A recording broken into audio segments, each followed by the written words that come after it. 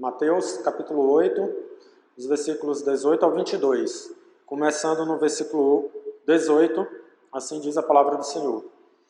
E Jesus, vendo em torno de si uma grande multidão, ordenou que passassem para o outro lado. E, aproximando-se dele um escriba, disse-lhe: Mestre, aonde quer que fores, eu te seguirei. E disse-lhe Jesus: As raposas têm covis, e as aves do céu têm ninhos, mas o Filho do Homem não tem onde reclinar a cabeça. E outro de seus discípulos lhe disse: Senhor, permite-me que primeiramente vá sepultar meu pai. Jesus, porém, disse-lhe: Segue-me e deixe os mortos sepultar os seus mortos. E oremos. Senhor Deus e Pai que está nos céus, obrigado pela Tua palavra, pela oportunidade que temos de ouvir e pregar a Tua palavra com liberdade no nosso Brasil. E pedimos, Pai, que a Tua palavra nós possamos ser edificados por meio dela, que nós possamos aprender de Ti, Pai, e sair daqui, Pai, diferente da forma que nós chegamos. Em nome de Jesus, amém. Poder sentar, irmãos. Irmãos, nós saímos para evangelizar toda semana, ganhamos almas, via de regra toda semana, e só que existe uma confusão que muita gente faz, até no meio dos irmãos, né? Que é a seguinte: uma pessoa ela é salva, mas não necessariamente ela é um seguidor de Cristo, automaticamente, né? Nós vamos, evangelizamos, e aquela pessoa vai receber a Cristo ou não, e aqueles que recebem Cristo se tornam salvos. No dia que morrerem, vão para o céu. Mas isso não quer dizer que aquela pessoa vai ser automaticamente um seguidor de Cristo. Não quer dizer que ela vai ser automaticamente um discípulo do Senhor Jesus, né? Mas muitos pensam que sim, né? Que você, uma vez salvo, você se torna um discípulo, né? E aí eu faço a seguinte pergunta: e você, que já é salvo, ou pelo menos acredita que é salvo, você é um seguidor de Cristo? Você é um discípulo de Jesus? Ou será que você estava achando que você é salvo? Se é que você é salvo? Espero que seja, né? Talvez algum aqui, um ou outro não seja, mas você sendo salvo, você pensava que já era seguidor de Cristo automaticamente? Saiba que não. Mas enfim, a gente precisa ser um seguidor de Cristo. Deus assim o quer. E eu, quando evangelizo, quase sempre eu faço um pequeno discipulado depois do evangelismo. Depois de ganhar aquela alma para o Senhor, e aí eu falo para a pessoa: olha, não se satisfaça, não se contente apenas com a sua salvação. Seja um discípulo de Cristo, seja um seguidor, porque Deus ele não quer te dar só a salvação, Ele quer te dar a salvação mais bênçãos para depois da morte, ou depois do arrebatamento. Mas, se eu não falar, o Espírito Santo fala, né? Ele fala aos nossos corações, né? Pelo menos até um certo ponto. Ele vai estar falando ali no coração do salvo, que ele precisa ser um discípulo, precisa ser um seguidor, né? E o que é triste, irmão, que tem muitos irmãos na igreja que estão na igreja há anos e não são seguidores de Cristo, infelizmente, né? Não são verdadeiros discípulos de Cristo. São salvos, né? Mas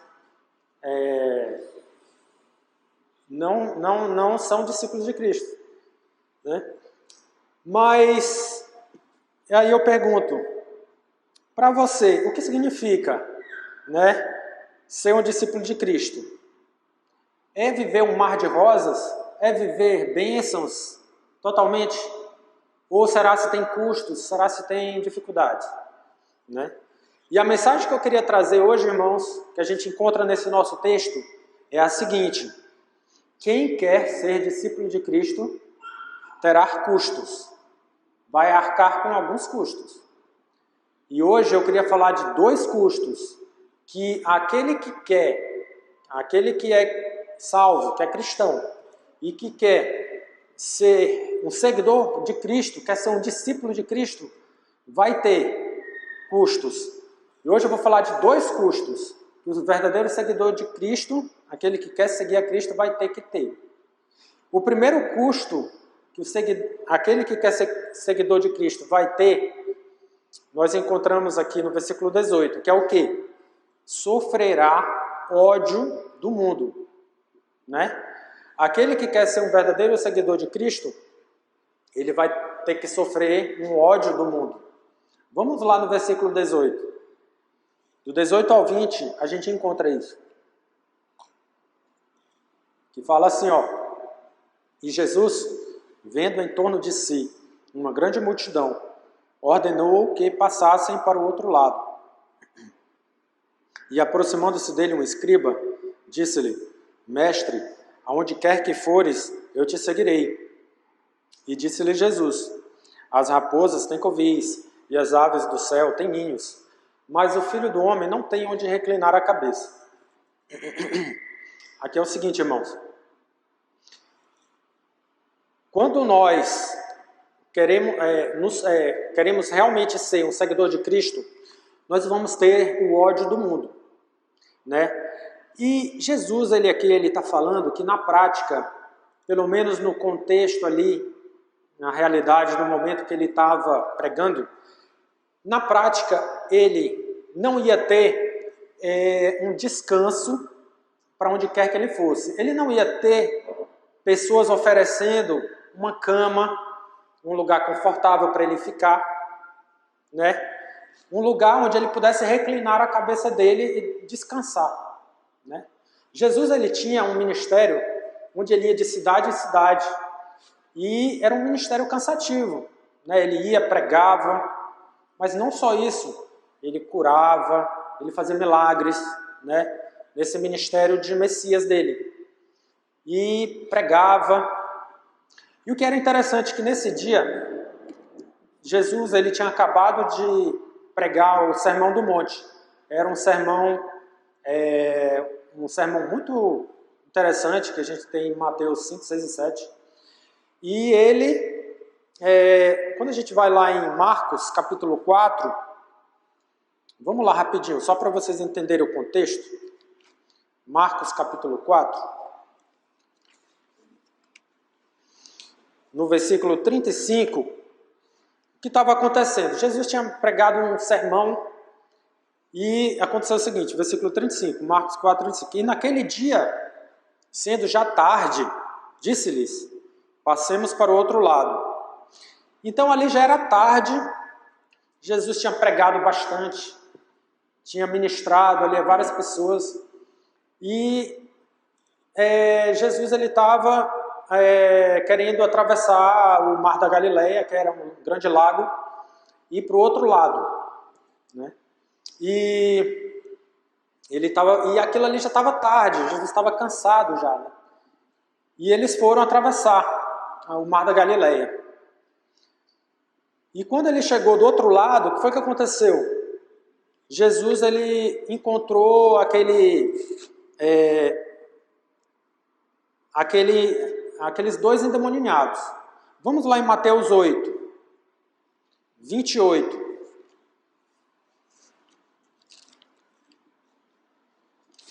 Para vocês entenderem o que foi que ele encontrou do outro lado.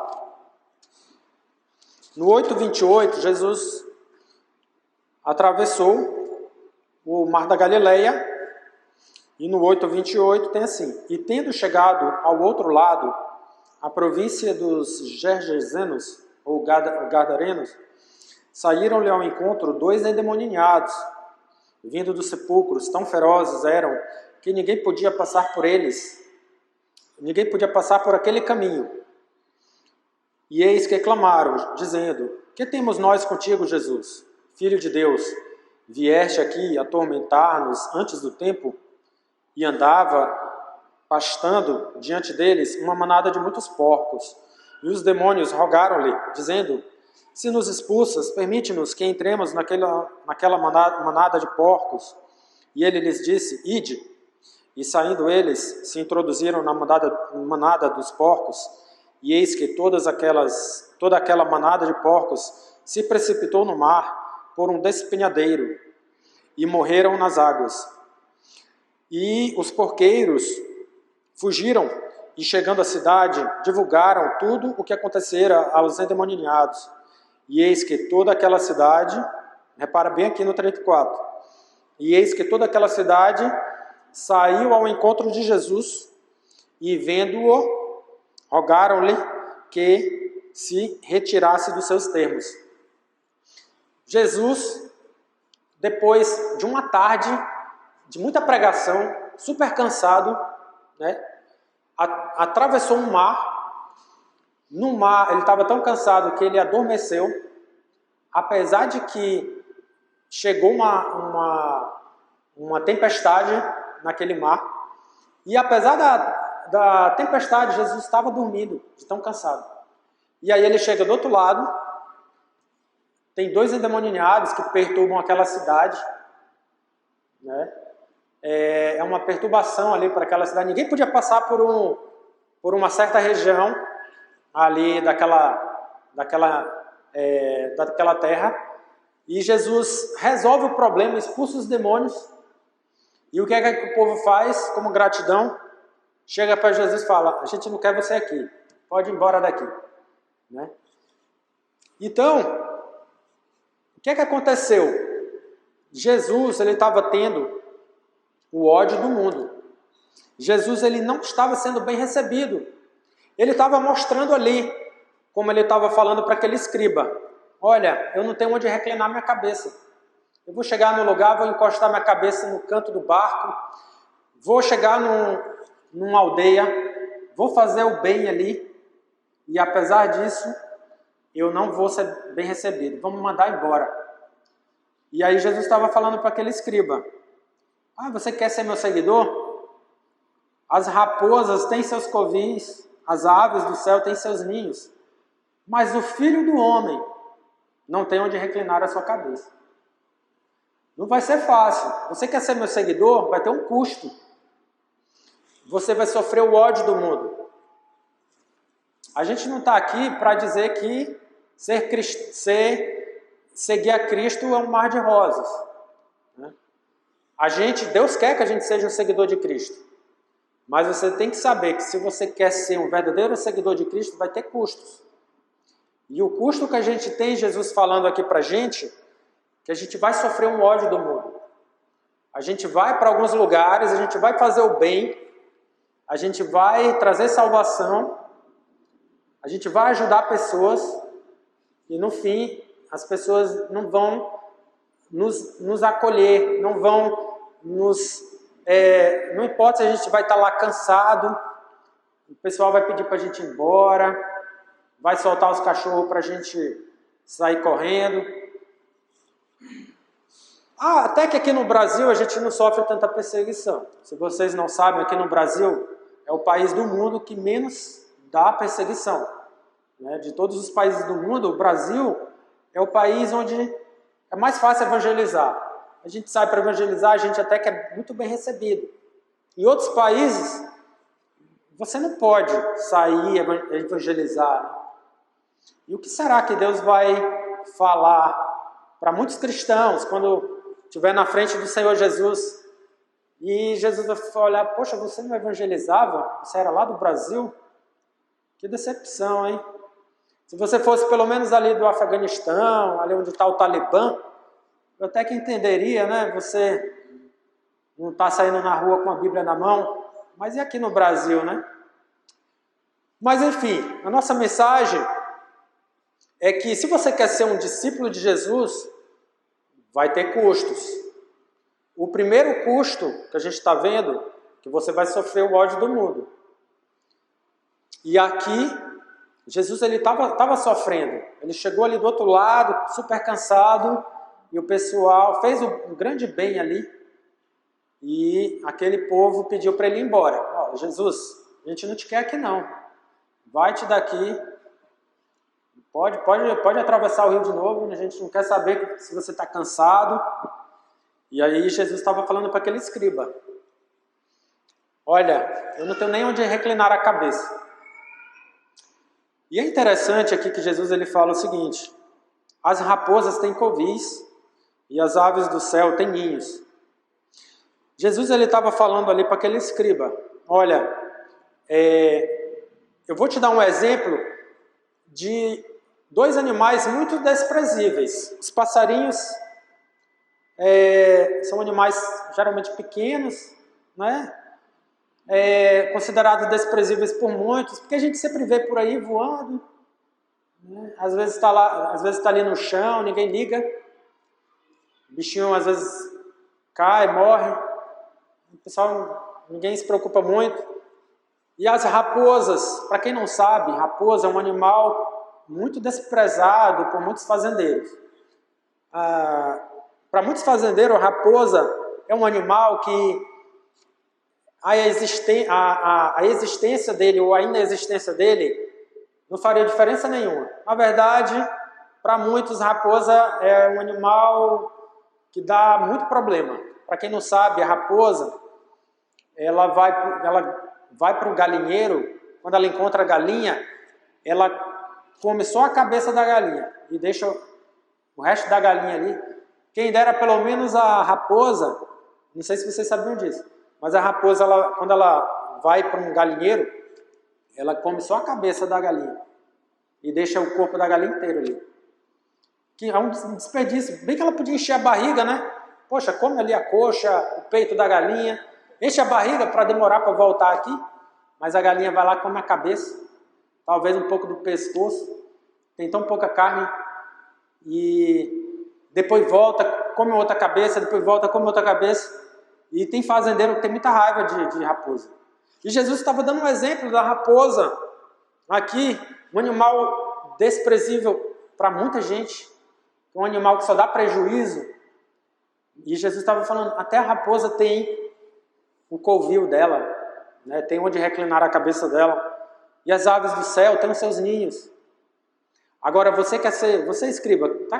Quer ser um seguidor de Cristo? Você não vai ter nem onde reclinar a sua cabeça. Não estou dizendo que vai ser exatamente isso que vai acontecer com a gente. Não é bem a realidade. Mas só para demonstrar o que Jesus estava falando, o princípio, que era o quê? Que vai haver custos. Você quer ser um discípulo de Jesus? Talvez você seja só salvo. Talvez você não seja ainda um discípulo de Jesus. Se você analisar bem o seu coração. Mas, digamos que você queira, não, eu quero ser um discípulo de Jesus, eu quero obedecer os mandamentos que Jesus tem aqui para mim. Eu quero começar a obedecer os mandamentos que Deus tem para o cristão. Mas vai ter custo. E um dos custos você vai sofrer ódio do mundo. E é interessante a gente ver aqui que quem estava falando nesse momento era um escriba. Eu não sei se vocês sabem, mas os escribas, eles eram muito respeitados no meio do povo de Israel. Eles eram professores e eles ensinavam a palavra de Deus. Naquele tempo só tinha o Antigo Testamento, mas eles ensinavam, eles eram aqueles que ensinavam a palavra de Deus. E os escribas, eles tinham seus discípulos, eles tinham os seus seguidores. E talvez o escriba não estava ciente ali do que era realmente ser um seguidor de Cristo. Porque para o escriba, que tinha os seus próprios seguidores, talvez ele achava que era ser como ser um dos seus seguidores, onde eles, na prática, eles só meio que ouviam. Eles eram, os discípulos do escriba, ele praticamente só era para ouvir os ensinamentos do escriba. E ali no meio do povo de Israel, os escribas, eles eram considerados até mais do que o pai e a mãe, em muitos ensinamentos. O povo de Israel era ensinado a obedecer o escriba mais do que o pai e a mãe. E para o escriba, eu acho que ele estava naquele momento pensando que ser seguidor de Cristo talvez fosse só ouvir a Cristo. E, ao que parece, ele não estava bem ciente do que tinha custos. E Jesus estava mostrando para aquele escriba: olha, você, escriba, tem custos para você. E é até uma coisa surpreendente um escriba vir para Jesus. Porque muitos escribas estavam, na verdade, perseguindo Jesus. Mas aquele ali estava chegando para Jesus falando: Jesus, eu quero ser teu seguidor. Mas ele estava ali, não estava entendendo ali, tudo indica, o que era ser discípulo de Jesus. Mas nós, irmãos, agora a gente entende que ser um discípulo de Jesus tem um custo. Né? O primeiro custo é o quê? Sofrer o ódio do mundo. E eu queria mostrar uma outra coisa para vocês. Para vocês terem uma ideia aqui. Vamos ali para Daniel, para vocês terem uma ideia aqui do que Jesus estava falando. Livro do profeta Daniel, capítulo 7.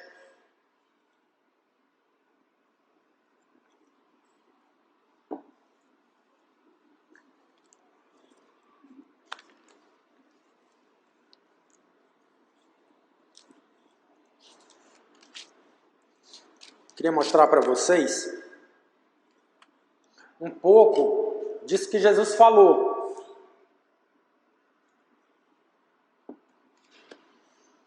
Porque Jesus falou assim: mas o Filho do Homem não tem onde reclinar a cabeça. Jesus estava falando dele mesmo. E veja só o que ele fala aqui em Daniel 7, versículo 13 e 14. Fala assim, aqui está falando de Jesus. Eu estava olhando nas minhas visões da noite, e eis que vinha nas nuvens do céu, como o Filho do Homem, e dirigiu-se ao ancião de dias, e o fizeram chegar até ele. E foi-lhe dado o domínio e a honra e o reino, para que todos os povos, nações e línguas o servissem. O seu domínio é um domínio eterno, que não passará, e o seu reino tal, que não será destruído. Então aqui o profeta Daniel está falando do próprio Senhor Jesus. Falando aqui, o Filho do Homem. E o que é que fala aqui no texto de Daniel? Que ele era o rei, um rei do universo. Né? E Jesus estava falando: olha, tu vê os animais desprezíveis aqui, a raposa, tem onde reclinar a cabeça, o passarinho tem o seu ninho, mas o rei do universo não tem onde reclinar a cabeça. O rei do universo vai sair para os lugares, não vai ser bem recebido. Vai chegar nos lugares, vai fazer o bem e vai ser desprezado. Então, você, escriba, que tudo indica que está aqui com a impressão errada do que é ser seguidor de Cristo, eu vou te falar. Eu vou chegar nos lugares e se você vier comigo, você vai ser desprezado junto comigo. Você vai sofrer o ódio do mundo. Você não vai ser bem recebido em muito lugar. As pessoas vão te desprezar, não vão te acolher. Então, irmãos, a gente precisa se colocar também no lugar dos missionários.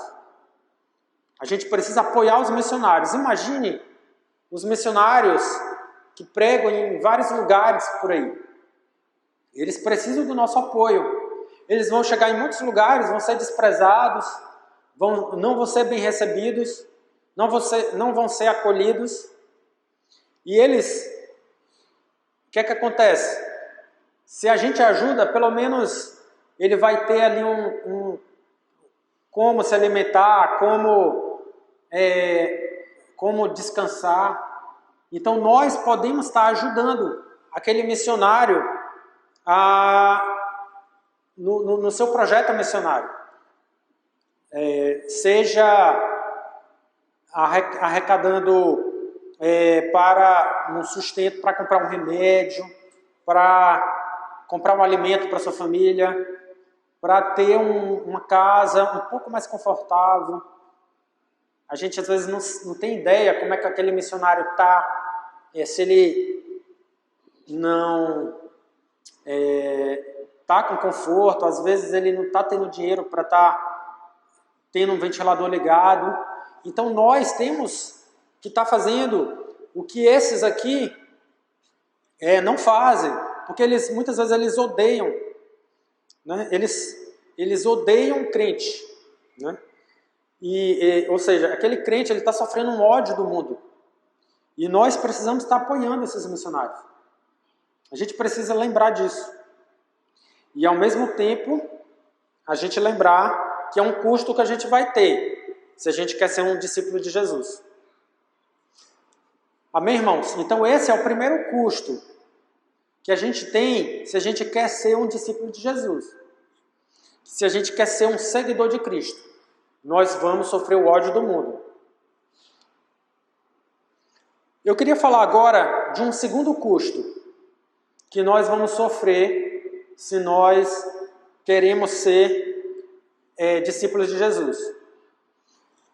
Que é o seguinte, vamos lá no versículo 21, que eu vou mostrar aqui.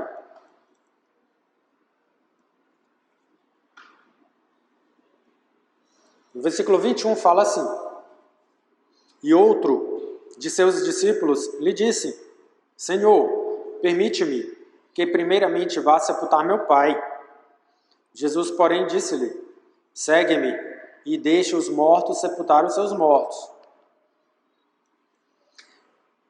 Irmãos, aqui, alguém chegou para Jesus e falou, aqui até fala que era um discípulo de Jesus, né? E chegou para Jesus e falou: Senhor, permite-me que eu vá primeiro enterrar meu pai. Deixa eu primeiro enterrar meu pai, né? E depois eu vou te seguir. Aqui tem algumas teorias. Algumas pessoas acreditam que o pai daquele rapaz nem tinha morrido ainda, né? E ele já estava falando: Senhor, deixa primeiro enterrar meu pai e só depois eu vou te seguir, né? Agora, alguns outros acreditam que ele realmente tinha morrido, o pai daquele rapaz realmente tinha morrido. E ele estava até de luto, talvez, né? E tem essa possibilidade também. E Jesus, apesar disso, ter chegado para ele e fala: Não, venha e segue-me. E Jesus falou: Deixa os mortos sepultarem seus mortos. Mas independente de qual tenha sido a realidade ali, se o pai dele tenha morrido ou não, o importante aqui é o princípio, que é o seguinte: quem quer ser discípulo de Jesus vai ter que arcar com um custo. E qual é esse custo? A gente precisa mudar as nossas prioridades.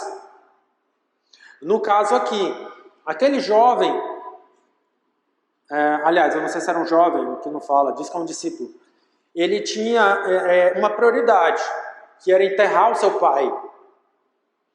E Jesus estava falando: olha, se tu quer ser um discípulo, tu vai ter que ter um custo de trocar essa tua prioridade.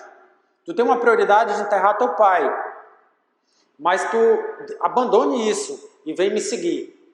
Vem e esquece o teu pai, deixa os mortos enterrarem seus mortos e vem e me segue. Então o princípio aqui é que nós precisamos mudar as nossas prioridades. Eu não sei quais são as tuas prioridades, mas nós precisamos analisar o nosso coração e chegar para Jesus e perguntar: Senhor, será se as minhas prioridades estão corretas? Será se as minhas prioridades são diferentes das suas? Porque, irmão, se a sua prioridade não é a prioridade do Senhor, você tem que mudar. Senão você não é um verdadeiro seguidor de Cristo.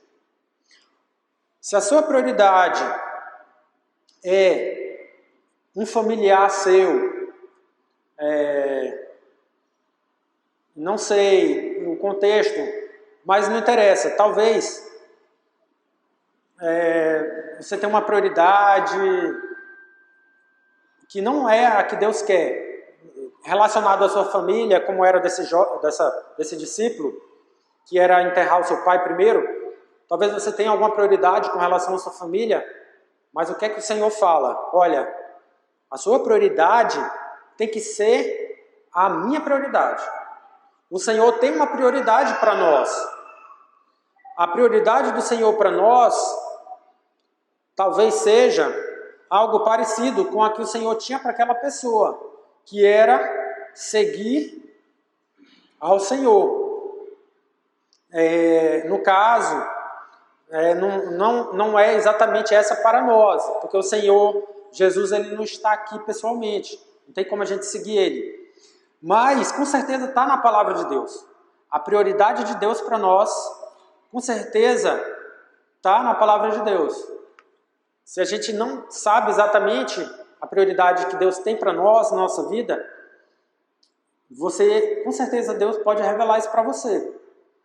Ou você pode até pedir ajuda do nosso pastor.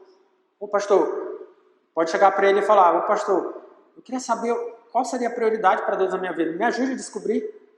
Ele com certeza vai te ajudar.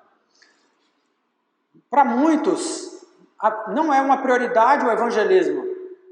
Para muitos, o sábado à tarde a prioridade para o sábado à tarde é outra.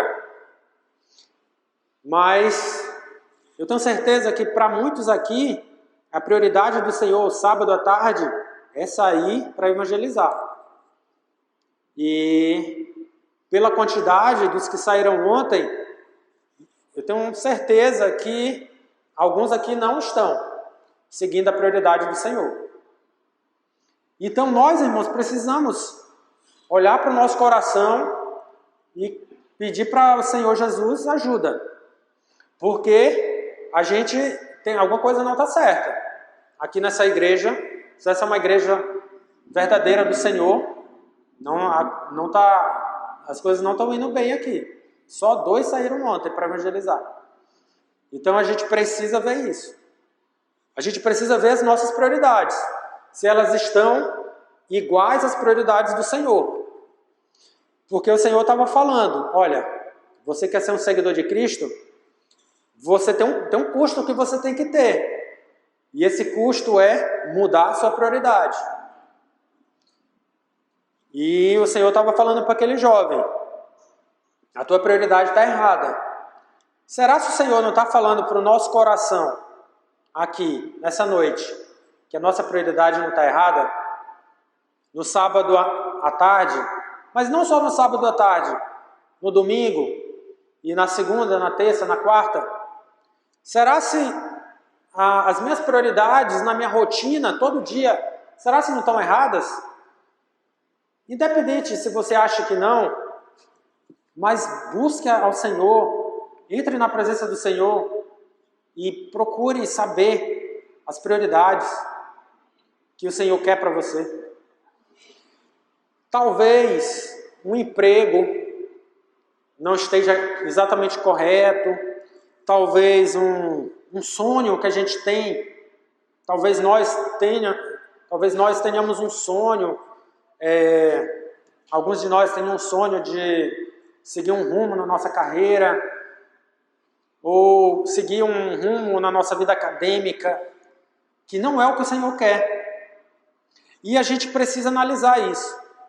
E chegar para o Senhor: Senhor, será que eu tenho que trocar essa minha prioridade, esse meu sonho?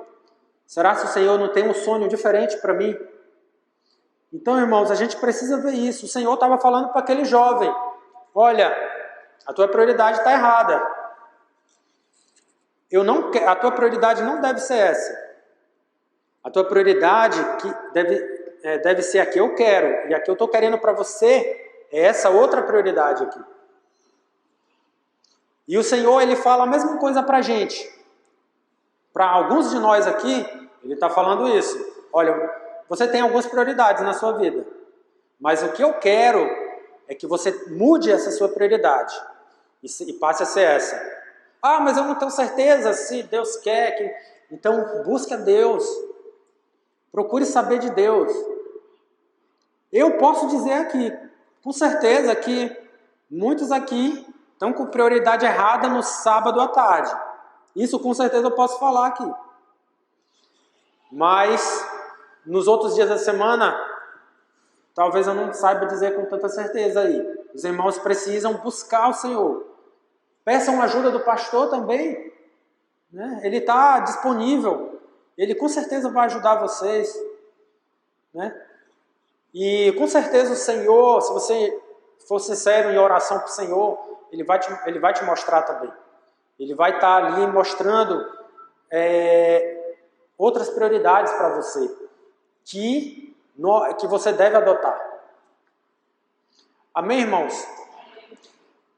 Olha, para concluir, vamos ali no versículo seguinte, vamos ali no Mateus 23.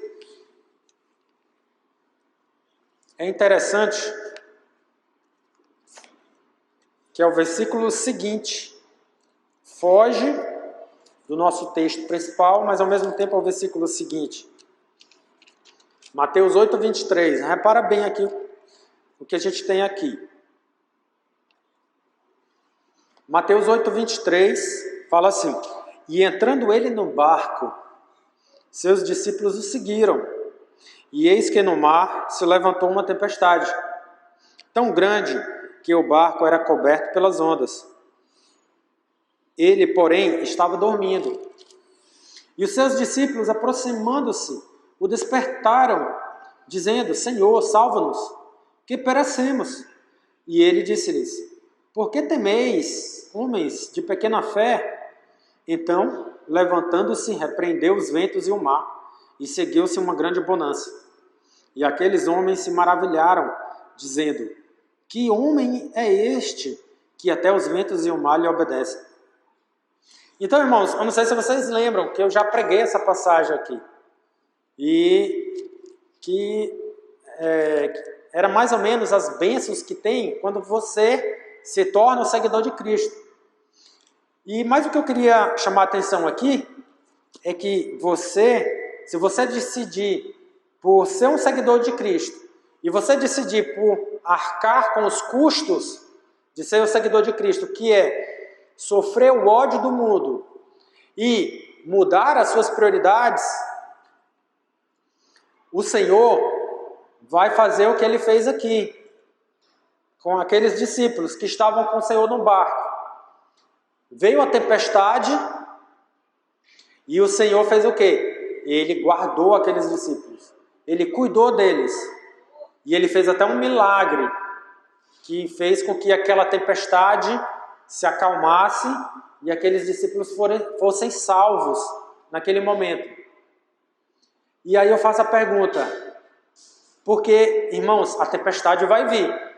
E quando ela vier, você vai estar no barco com o Senhor?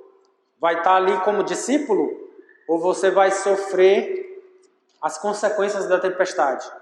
Porque, irmão, se você estiver fora do barco do Senhor, não estiver ali sendo um verdadeiro discípulo do Senhor, a tempestade vai vir e o que é que vai ser de você? O que é que vai acontecer? O resultado não vai ser bom. Mas se você estiver com o Senhor, se você estiver ali sendo um discípulo do Senhor, verdadeiro, arcando com os custos que tem aquele que é o verdadeiro seguidor de Cristo, o Senhor vai cuidar de você. Porque, irmãos, a tempestade vai vir. Na nossa vida, há tempestades. Eu gostaria que na nossa vida fosse só bênçãos, mas a verdade é que tempestades vêm na nossa vida. E o dia mau vem. A palavra de Deus é bem clara disso. E no dia mau, como é que você vai estar? Se você estiver com o Senhor, seguindo a Ele, Ele vai cuidar de você, né, no dia mau. Então, irmãos, vamos ser discípulos do Senhor. Vamos seguir o Senhor verdadeiramente. Nós fomos salvos, mas não fiquemos satisfeitos só com a salvação. Vamos procurar fazer a vontade do Senhor. Vamos arcar com os custos que tem quando a gente segue o Senhor. Saber que tem custos, tem, mas não vai ter mais bênçãos que custos.